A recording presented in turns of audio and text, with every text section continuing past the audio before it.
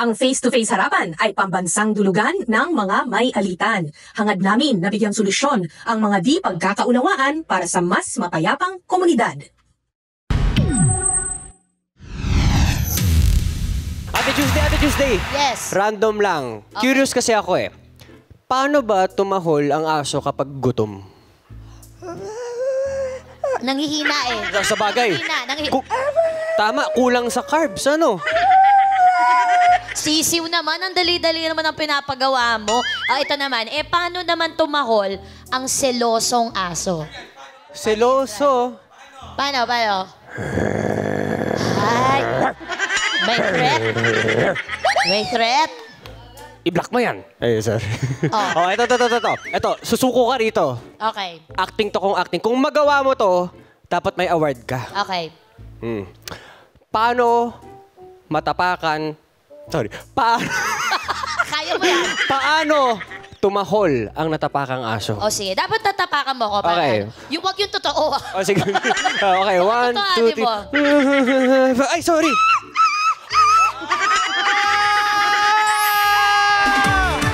Di ba ganun yun? Palakpakan natin, Tuesday Vargas! Available for voiceover. Thank you so much. At ayan, speaking of aso, alam nating solid ang loyalty nila. Gaya namin, loyal din kami, lalo na sa mga mahal namin sa buhay. Kaya naman, may peace of mind ka kapag kasama mo kaming mga Team Puti! Sabi nga nila, don't bite the hand that feeds you. Mas importante ang marunong tumanaw at magpakumbaba. Kaya ba natin to? Team Pula!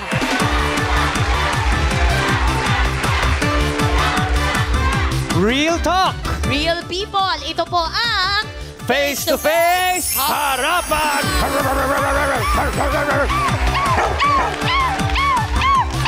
Matatalim ang mga salita nila, pero may kurot sa puso ang ating harapang tagapayo. Gumawa ng tama at sumunod sa batas. Yan ang bilin or ang panakot ni Attorney Lorna Capunan! Magpakatao at maging totoo. Payo yan ni Dr. Love, Brother June Banat. Alagaan ang sarili at kalusugang pangkaisipan. Yan ang daily reminder mula kay Doktora Camille Garcia. Hangarin niyang magbigay kaayusan at kapayapaan sa mga magkakapitbahay na nagbabangayan. Narito na ang atin ng masa, ang multi-awarded journalist and host, Corina Sanchez Rojas! Ate Coring! Ate Face to face!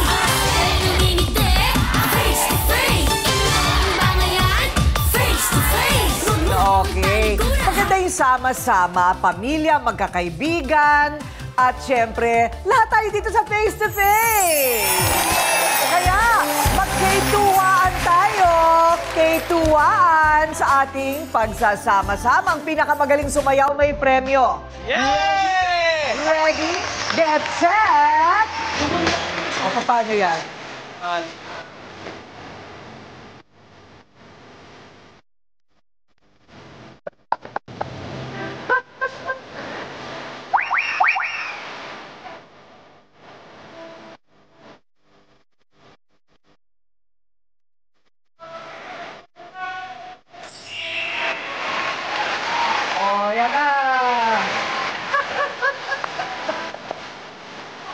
Nandito ako. Okay. Ate Coring, habang sumasayaw tayo, tumitingin ako sa aking kaliwa at sa aking kanan. Sa tingin ninyo, ang Team Pula ba ang makakatanggap ng premyo? O kaya ang Team Puti? Yes! Dalawa ang nakita ko, Ate Coring eh. Okay. Pero yung isa, medyo lumamang lang ng konting-konti. Sino kaya yan? Okay. Kasi sa steps natin, yung isa na huli ko sa mata, tumitingin sa gilid eh, nangongopya. Pero yung isa, hindi. Okay, kanino kaya ito mapupunta? Yan na. Sino ang pinakamagaling sumayaw? Congratulations! Okay! Okay, kay tuwaan lang tayo sa pagbubukas ng ating programa. So, ang tanong ko sa inyo ngayon na may kinalaman sa ating kaso for the day ay, sino sa inyo ang may alagang aso? Taas ang kamay. Ayan, lahat tayo, ang iba ang kaligayahan talaga na nabibigay ng ating mga alaga, mga fur baby sa atin. Pero syempre, meron itong kaakibat na responsibilidad dahil kung hindi ka responsible pet owner, malamang mauwi sa ngaw-ngaw dahil sa aw-aw. Galit na galit si AJ nang sugurin si Josie ng may-ari ng aso na kumagat sa hita ng kanyang biyanan. Ang kapal naman ng mukha mo, Ate Jocelyn. Hindi ka man lang sa amin nagbigay ng ng pampagamot sa biyanan ko. Ang lakas pa ng loob mo, ang kapal pa ng mukha mo na ikaw pa ang lakas ng loob na magalit sa akin. Siyempre nagulat ako dahil pagdating ko, yun ang sabi niya sa akin. Na nakakagat, bakit daw hindi ko binigyan ng pambili ng gamot. Eh, wala naman akong pera nung time na yon. Obligasyon nilang magbayad sila dahil aso nilang nakakagat eh. Hindi man nila inayos paglagay ng aso nila dahil doon sa daanan nilagay. Lagot ka, Brownie! Ikaw pala ang salarin! Ang aso hindi naman nangangagat basta-basta. Basta hindi mo lang siya nasagi o nasipa. Mababait naman yung aso basta kilala ka. Aw-aw ko po! Paano na kaya ito? Nakagat na nga ng aso, idinaan pa sa init ng ulo, kaya nagkagulo. Siya ang matapang na sumugod sa may-ari ng asong kumagat sa kanyang biyanan. AJ, humarap ka na. Ay, tama-tama. Dalmatian. Alam na alam nating pet owner siya. Oo. So, anong problema? Anong nangyari? Kasi pag ganito po kasi Ma'am Corina, lumabas po yung nanay ko. Paglabas po ng nanay ko, yung aso po nila na si Dina, sinakmal po bigla yung nanay ko sa hita. Ngayon ho, nangihingi po ako ng pampagamot sa makapal mukha namin ng kapitbahay. Sabi ko, huy, tay baka pwede naman panghingi kami ng pampagamot sa nanay ko. Sagot ba naman sa akin, hindi namin sagutin yan, privacy yan eh. Privacy po ba yung bahay na yon? Sabi ko, garan nyo naman, tibay naman ang mukha mo te. Sabi ko, ganun, privacy ba yan? Eh, public yan eh. Nasa kalagitnaan na yung aso ninyo, sa kalagitnaan na ng daan. Sino ba hindi mainis doon, Ma'am Corina, di ba? Tapos, pagdating po yun, nakadalawang balik po ako sa kanila. Pagdating po ng pagbalik ko doon, hindi na naman po ako nila binigyan ulit pampagamot. E di, ang ginawa ko po, nanghiram po ako sa kapitbahay namin. Kung sino-sino pong taong hinihiraman ko para lang po pagamot yung biyanan ko. Tapos ngayon, dito na po, napa-check up ko na po. 4:30 ng hapon, doon na po napabakunahan yung biyanan ko. Alam niyo po, nung oras na po siya napagamot, alauna na po, ang madaling araw. Ay, nako. Siya naman, ang may-ari ng asong kumagat sa biyanan ni AJ. Josie, humarap ka na. Hindi mo? Ha? Kapal ang mukha mo? Ha? Totoo naman yan, di ba? Ang kapal nga ng mukha mo eh. Ha? Kapal din talaga ang mukha mo, ha? Kapal ang mukha mo, hindi mo pinagamot biyanan ko. Ano ba ang breed ng aso nyo? Aspin? Aspin po. Aspin. Yes. Talaga bang ikaw ay pabayang may-ari ng alagang aso? Naku, marami tayong matututunan dito sa pagbabalik ng Face to Face Harapan. Puti, puti, puti! Sinong sisimangan? Face to face. Sinong ngingiti? Harapin mo face to face.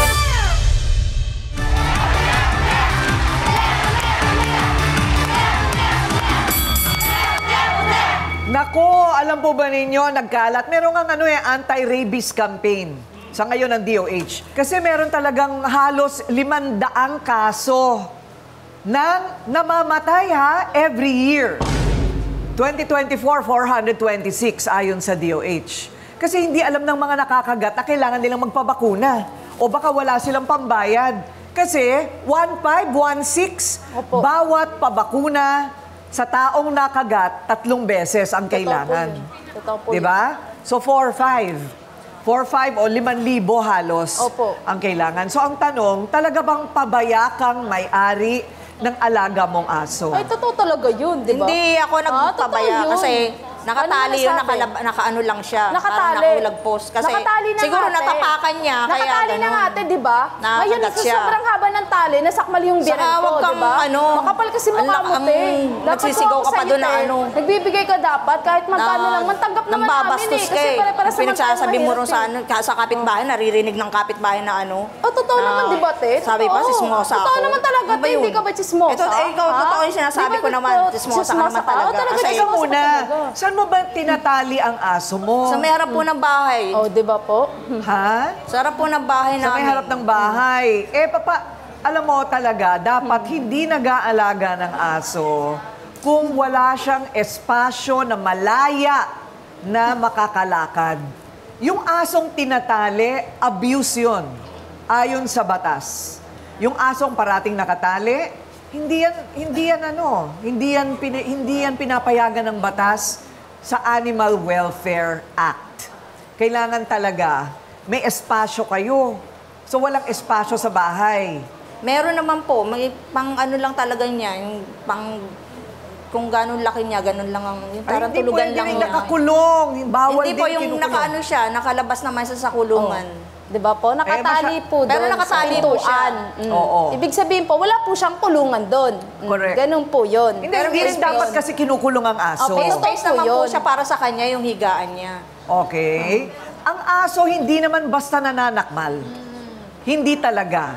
Either talagang natapakan yan or may iniinda yung aso mo na sakit. Parang siguro nga. Kasi Baka parang bago injection siya eh. Bagong? Parang bago injection siya. Kaya siguro Hindi parang kita may sakit. maintindihan. Ano? Yung Bagong injection po, injection. yung injection niya, Injection. wala pa siyang ano, Bagong mga ineksyon. 3 buwan pa lang, parang ganun. Okay. O baka naman ganun. Pero ano ba talaga ang nangyari? Kasi nung araw na yon, di ba? Ano bang gagawin pag walang may pambayad, attorney? Hindi ba? Magbubunga nga ka na lang ba buong araw? Paano yun? Kailangan kasi tumulong ka din. Kung siya nang hihiram, hindi ka ba pwede manghiram din? Kasi- Yun ang ikinakagalit ni AJ, tingin ko. Kasi parang wala lang sa'yo. Totoo po yun. Wala rin po talaga sa kanya. Attorney, Parang pag wala po na siyang talagang pakailan ilalabas, sa biyanan paano? ko. Pwedeng kasuhan, pero pwedeng pag-usapan yan eh. Kasi, alam mo, yung mga, sabi mga ati ko rin, Animal Welfare Act, no? Ang mga animals natin, meron rin silang rights, meron rin silang karapatan, no? At siguro, mamaya natin pag-usapan, pero siguro yung aso mo ganyan dahil sa treatment mo. No? Naging irresponsible ka, kanya naging wild yung aso mo. Kanya hindi natin pwedeng i-deadma yan. Humanap ka ng source ng pondo. Kasi marami namang barangay na tumutulong dyan. No? Kaya nga, kailangan hanapan at gawa ng paraan. Hindi pwedeng deadma lang. So, kampihan na para malaman natin ang totoong nangyari dito sa kagatang ito sa pagbabalik ng Face-to-Face Harapan. Face to face, sinong sisimangot? Face to face, sinong ngingiti? Harapin mo face to face.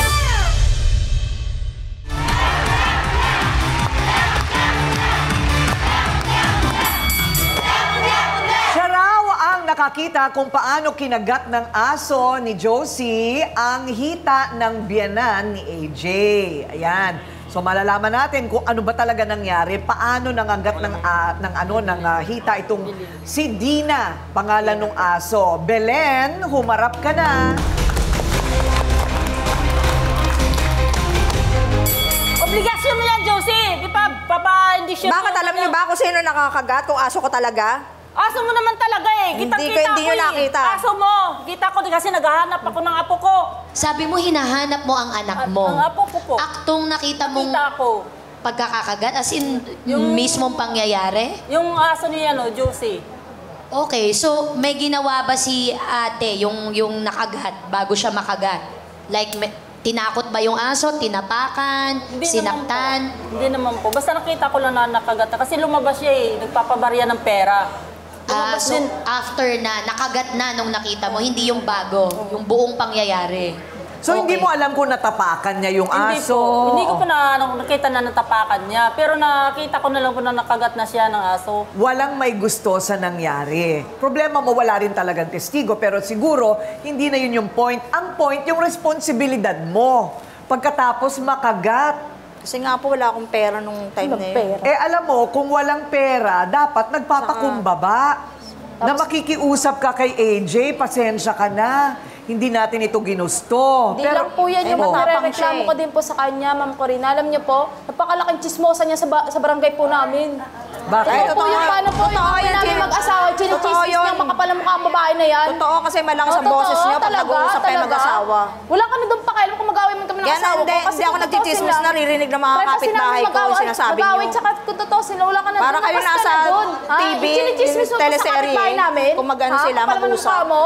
So, meron palang pinanggagalingan pang iba, yung buwisit niya. Alamin naman natin kung ano ang itetestigo ng kakampi ni Josie. Siya naman ang magpapatotoo na bastos at siga raw.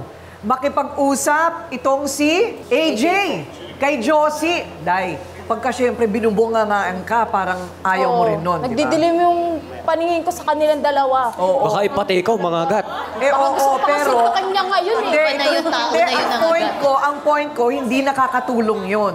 Totoo para po yun. masolusyonan ng problema. Kaya Eto na po. kinakalma ko nga po sarili ko ngayon eh. Kalmado ka na ng lagay na yan? Totoo po. Dahil, bibigyan kita ng gamot. Bigyan ng ate ba nito? Teka muna, sandali lang. Joe, humarap ka na. Totoo naman yun ah. Ha? Totoo? Totoo naman yan, ikaw. Totoo? Ha? Huwag mo akong anuhin. Isa ka din, ha? Isa ka din. Magbabayad ha? naman yan, ikaw, hindi ka lang marunong Ha? Pares makiusap. kayong dalawang mga sinungaling kayo. Hindi kami sinungaling. Bakit alam mo ba? Alam mo ba yung pangyayari? Oo, alam Kung namin yun, wala mga ka din, kapitbahay. wala ka doon. Matari ka talaga. Ano yung naririnig po namin na ito si AJ, mabunganga talaga kay Ate Josie? Mabunganga talaga yan, matari talaga yan. Maraming kalaban yan doon sa kapitbahay namin. Bakit siya maraming kalaban sa mga kapitbahay ninyo? Sa itsura, sa mukha niyo, maraming kalaban yan doon.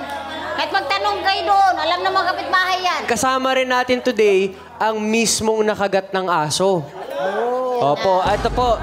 Nandito po sa audience si Mami Alma. Mami Alma, hello po.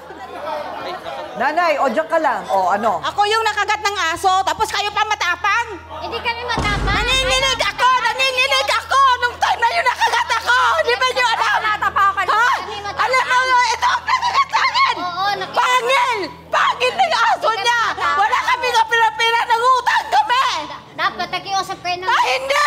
Mag-uusap ako kung nangisay na ako! Hindi kami matapang. Ha? Kayo ang matapang. Kayo matapang! Kayo nagmamalaki pa!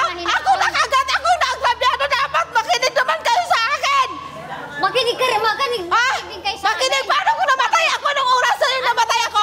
Makapagsalita pa ka? Hindi na! Wala na mangyaring pakiusap kung natigok ako nung time na yun! Nay, Alma, huwag ka na masyadong magsisigaw. Kasi baka atakihin ka sa puso. Hindi po, okay lang po ako. Okay, o tama na. Sige na. Okay, pakita mo nga, pasilip nga nung, ano, dito may pakita. Direct, eto, oh. Ayan. Ah, malaki-laki din, ano? Malaki at parang malalim kasi may Pangil hematoma po, pa. pangil. May pasa. Opo. June 27 po nangyari yan. Madalas ako makakita ng kagat ng aso, mababaw ito. Mababaw pa to, ate. May pressure mababaw, pero nakagat pa rin siya. Nay, Alma, natapakan mo ba yung aso? Hindi po. Bakit galit sa'yo yung aso? Hiwang ko po. Kasi Talagang pinuntahan nagulat lang ka? po ako kasi nagpapalit po ako ng pera. Kasi galing po ako naglalaba, labandera lang po ako. Tapos nagpapalit ako kasi bibili po ako ng bigas. Ngayon, nagulat na lang ako, bigla akong sinakmal nung aso. Ito si Evelyn Pedraza, naghanap sa apo niya. Yun ang nakakita sa akin. Kaya inalalayan niya ako, nanginginig kasi ako. Nanginginig ako, sa sobrang takot nilalagnat pa ako. Ayun. Ngayon, sumugod to si EJ sa bahay Pero nila. mabuti naman nakahanap kayo ng paraan kahit paano para mapaturukan Opo. siya. Nagmadali na po ako yung magagilip ng pera. Ayun. Okay, okay. O, sige. O, para sa mga dog lovers, parang anak na nila ang kanilang mga aso. Kaya pagka medyo napunta sa masamang sitwasyon, defensive din sila, di ba? Kasi mahal na mahal nila. Okay. So, sa ating pagbabalik, hahanapan natin ng opinion muna bago solusyon itong sitwasyon na ito. Handa na ba kayo? Handa na ba kayo? Okay. Magbabalik ang Face to face, harapan. Face to face, sinong sisimangot? Face to face, sinong ngingiti?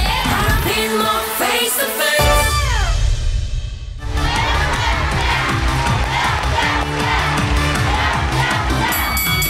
Okay, bago ang opinyon ng mga Miron, eto, para mas mabigyan tayo ng ekspertong kaalaman tungkol sa rabies, makakausap natin ngayon dito sa studio isang eksperto. Eto po si Dr. Mitzi Padrinao. Siya po ang presidente ng Philippine Animal Hospitals Association. Doc, hello! Hello po. So pagka ganun po, kunwari, yung sinasabi niya, tama po ba na ilang beses ba dapat turukan ng aso sa anti-rabies? Actually po, dahil mataas, actually napapanahon tong nangyayari sa atin ngayon kasi mataas ang incidence ng rabies ngayon dito sa Philippines. Dapat po, pagdating ng ika-3 buwan na edad ng alaga po natin, pababakunahan na natin. Usually, sa atin, inuulit po natin yan. Pag puppy, 3 months old, then inuulit namin after 6 months, and then once a year po talagang kailangan pabakunahan yung alaga nating aso. At nagbibigay po tayo ng vaccination certificate. So halimbawa, nakakagat po ang inyong alaga. Kailangan hawak-hawak nyo yun. Para ipapakita nyo dun sa nakagat, wag po kayo mag-alala, may bakunado po yung alaga ko. Pwede ko siyang obserbahan ng 7 to 14 days. Ganun po yun. 7 to 14 days kung napabakunahan.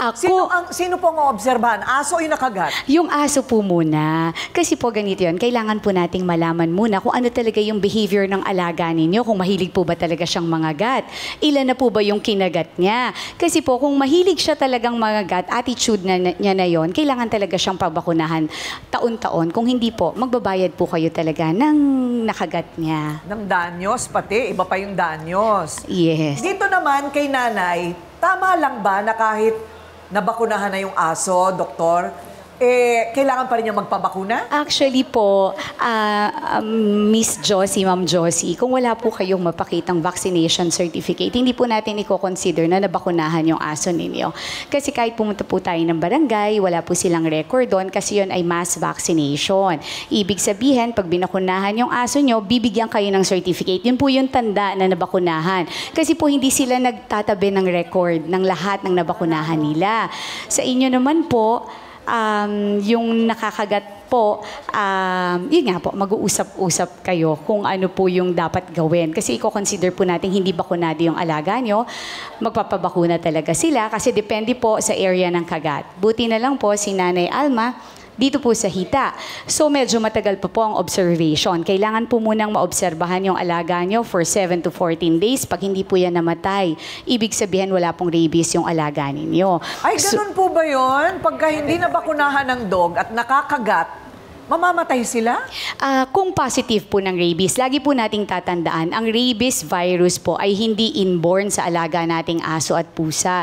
Ito po ay sakit, ito po ay viral infection na po pwedeng maitransfer sa iba't ibang alaga. So ang mga aso natin ngayon, basta healthy, laging bakunado, hindi po siya talaga tatamaan ng rabies. Kaya pumapasok po doon yung pagiging responsable natin sa mga alaga natin. Kahit asong bahay, kailangan pabakunahan? Mas maganda po. Bakit po? Kasi syempre, nasa loob sila ng bahay, pero lagi nating tatandaan ang affected ng rabies, yan po ay hindi na normal ang kanilang pag-iisip. Pwede silang maghanap ng ibang aso, lahat ng movable object, pwede nilang kagatin. For example, pusa, siya yung nakakatawid sa pader natin. Pwedeng makagat niya yung asong nasa loob ng bahay or nakakulong. So pwede pa rin silang magdala ng rabies sa loob ng bahay natin, kahit po siya ay asong bahay lamang. So every year dapat pinapabakunahan ng anti-rabies ang inyong aso. Ayan, Doc, thank you very much. So ayan na. So ano sa palagay ninyo? Ano, kasalanan ba ni Josie na yung aso niya nangangagat? Naapakan man o hindi, dapat panagutan niya na paggamot yung ano. Kasi may mga aso talaga na minsan kahit nakatali, nangangagat talaga, bigla na lang sumusugod, ganun. Kasi may aso rin po kami na nakagat, tas pinagamot po namin yung nakagat. Hindi po kami nagmamatapang. Kasi alam mo bakit? Kasi ginusto namin mag-alaga ng aso, kaya obligasyon namin ipagamot yung nakakagat. Correct. Sa pula. Okay. Ayun nga po, kakasabi lang po ni Doc po na yung pag nakagat po ng aso is meron pong oobserbahan po ng 7 to 14 days po, di ba po? So, meron naman pong gano'n pwedeng obserbahan. Hindi po pwedeng sumugod agad po kay ate na pabakunahan yung nakagat, gano'n. Dapat po, kalmahan lang po. Tapos po, di ba po, Doc, meron na rin pong tinatawag na first aid po kung pag nakagat po ng aso. Pwede po hugasan po ng sabon or alcohol po, gano'n po, di ba? Oh, okay. So, Dr. Love, hindi ba may patron saint for animals? Saint Francis of Assisi? Si St. Francis actually, at saka si San Roque sa mga aso, no? St. Francis is very close to birds, mga hayop. Also, yung Dominican St. Martin de Porres. Well, anyway, sa nakikita ko rito, na-establish na po natin, Ate Coring, na may pananagutan ng may-ari ng aso. Sa mga nag-aalaga ng aso, katulad ko, mapagmahal din sa aso, mahilig din po sa aso. Tandaan natin, ang aso ay hindi po tao. At hindi natin masusugalan ang mood ng aso, kahit anong bait ng aso. Lalo na kung natatreten ang aso. Lalo na kung nagugutom o hindi nakakaramdam ng pagmamahal ang aso. Paano mo may paliliwanag sa akin na mahal ko ang asong ito kung ito'y nakatali? See? So, ang aso maaaring gumagalaw ang kaisipan niya, may anger sa kanya kasi nakatali siya, hindi siya makagala. Hindi niya nararamdaman yung pagmamahal talaga, no? So, anytime maaaring tumalon pag may dumaan dahil na-trigger siya. So, aso yan no? So, dapat nating pag-aralan. Maghati, mag-share na lang kayo. Ang pinakamagandang nakikita natin dito, yung kababaang loob. Whether you like it or not, pag-aari mong aso, may pananagutan ka. At mas makabubuti na magpakababang loob tayo. Makiusap, no? Walang masama doon. At doon lamang tayo maibabalik sa isang magandang sitwasyon. Okay, so Attorney Lorna, may kakaharapin bang kasong legal? Kung sakali, kung kunwari, itong si AJ na matapang, gusto talaga na hustisya. Ano ang kanyang recourse? Yung victim mismo, no? Si AJ wala. Pero yung victim mismo, kung si Alma, si Tita Alma, pwede kang mag-file ng first of all, yung civil damages, yung actual, ano yung cost ng hospitalization mo, kung ma-hospital ka. Kung nasa hospital ka at nawalan ka kung nagtatrabaho ka ba? O nag-absent ka sa trabaho, yung nawalan ng opportunity mo o yung sweldo mo sa trabaho, yon, actual damages yon. At saka kung kailangan mo ng continuing treatment, karapatan mo rin yon. Okay, Doc Camille, paano makaka-recover from trauma o takot sa aso? Ngayon po ba, Nanay Alma, takot ka na sa aso? Okay, una-una, ang tawag po sa phobia sa aso, ang tawag po ay cynophobia. So, karamihan po na talagang nakakagat, there's a tendency na magkaroon talagang trauma to the point na merong PTSD or post-traumatic stress disorder. Pagkaroon po ng ganitong klaseng sitwasyon na dahil natatakot na kayo, mas maigi po na talagang humingi ng counseling. Siguro, Ate Alma, kung malapit lang kayo sa amin, pumunta kayo kaagad. Hindi po ibig sabihin na kayo'y nagkakaroon ng problema sa pag-iisip. Kung hindi, gusto lang natin na mapakita sa inyo na hindi po kinakailangan na ma-stress kayo every time na nakakakita kayo ng aso. Dahil kasi malaking factor yung maapektuhan yung pagtatrabaho nyo. Every time na isipin nyo, pag mayroong tumatahol, kayo na yung kakagatin.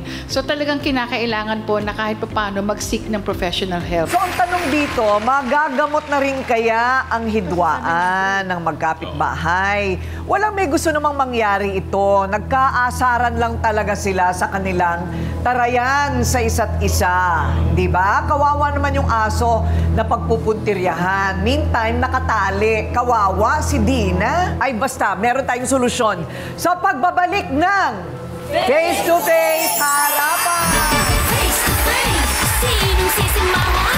Face to face, sinong ngingiti? Harapin mo face to face.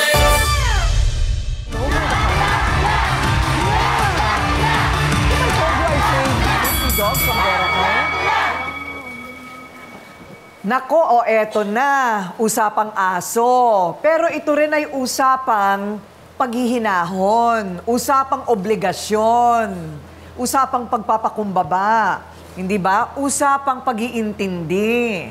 Kasi kita mo, lalo ka nagtataray, lalo rin nagmamatigas. Nakuha mo ba gusto mo? Hindi. Tama? Tama po. Okay. May natutunan ba tayo today? Meron naman po. Oo, kanina pa po ako nanenermon sa kanila, behind the scene, pagka-commercial break. So, yung aso mo rin, Jo, yung aso mo rin, Belen, meron din pala siya. Ipapabakuna ko at kapon. Okay? Meron tayong mga katuwang, meron tayong mga kasama. Hindi lang anti-rabies, 5-in-1 pa. Okay? Okay. Tapos, papakapon na rin natin kasi baka mabangis, kasi baka naghahanap. Baka may naaamoy siya, gusto niya magpakapon na natin yan para hindi na dumami ang problema ng bayan, okay? Oo, yung utang mo, ako na magbabayad ng 5,000. Pwede ba yun? Okay ba yun? So, iniksyon mo na si nanay at saka mababayaran na utang mo. Okay? O, eto na, ikaw ang magbayad sa kanya ng 5,000. Akala yata ninyo, nagbibiro ako. O, ayan. O, eto na. O, ibayad mo sa kanya ngayon yan. At humingi ka ng dispensa. Pasensya na. Sa nangyari. Balik alindog. Totoo ba yan? Totoo yan? O. So, mag-alagaan mo ng mabuti mga aso mo, ha? Kasi kawawa naman sila tuloy na pagdidiskitahan. Okay na rin ba sa'yo? O, AJ, huwag ka na umiyak kasi hindi mo alam kung saan mo kukunin ng pera, ano? Kaya kaiyak na iyak. O, ayan na ang himala ng buhay mo. Okay ba? Okay. O, sige. So, naturuan na kayo ng tamang pag-aalaga sa inyong mga aso. Huwag na tayong magiging pabaya. Ayan, nalaglag pa. Okay. Minsan na po natin napag-usapan ang obligasyon ng isang nag-aalaga ng hayop sa bahay o pamilya. Isa dyan, napakahalaga ay hindi makasakit ng ibang tao o hayop din. Kasi kung minsan, nandadakma ng aso din ng kabilang bahay, ng kapitbahay. Hindi po ito kailanman kasalanan ng hayop, ha? Kasalanan po yan ng may-ari. Aral po ito sa lahat ng na may karapatan din ng mga hayop na sila'y bigyan ng tamang mga kondisyon sa kanilang buhay at ang pagtali at pagkulong sa kanila ay bawal. Ang sila'y saktan o katayin o kainin ay bawal. Bawal sa batas. Tumataas po ang kaso ng mga namamatay dahil sa kagat ng hayop at magka-rabies. Obligasyon natin na pabakunahan ang mga alaga, okay? Tama ba yon? Gagawin na natin yun para sa mga alaga ninyo. Ngayon, samantala, kung kayo'y naghahanap ng tunay na pagmamahal at willing din kayong magmahal, ayan na ang mga litrato ng aming mga rescue. O hindi ba ang cute nila? Sila ay nabakunahan na, nakapon na, at malusog ang katawan. Pag kayo ay nag-adopt mula sa amin, may kasama ng gamit ang mga dogs and cats. May pa-vitamins pa, libre lahat. Basta kayo ay may espasyo sa bahay at pangakong mag-aalaga ng responsable. Ayan ang email po namin, Adopt a Pet from Kay. Hihintayin ko po ang inyong request, free delivery. Ayan. Ako po ang inyong Ate Kuring at nagsasabing may Kay kang harapin ng mga issue dahil walang hindi nadadaan sa pag-uusap. Basta dapat may mukha kang ihaharap dito sa Face to Face Harapan. Okay, picture tayo. Wala nang parayan. Wala nang parayan. Face to face. Face to face. Face to face, harapan tayo. Face to face, problema'y solusyonan. Tayo na ating pag-usapan. Face to face, tama ng okrayan. Sabi na sabuti, tama o mali. Galit, bati. Bawat panig ating pakinggan. Ang mga gusto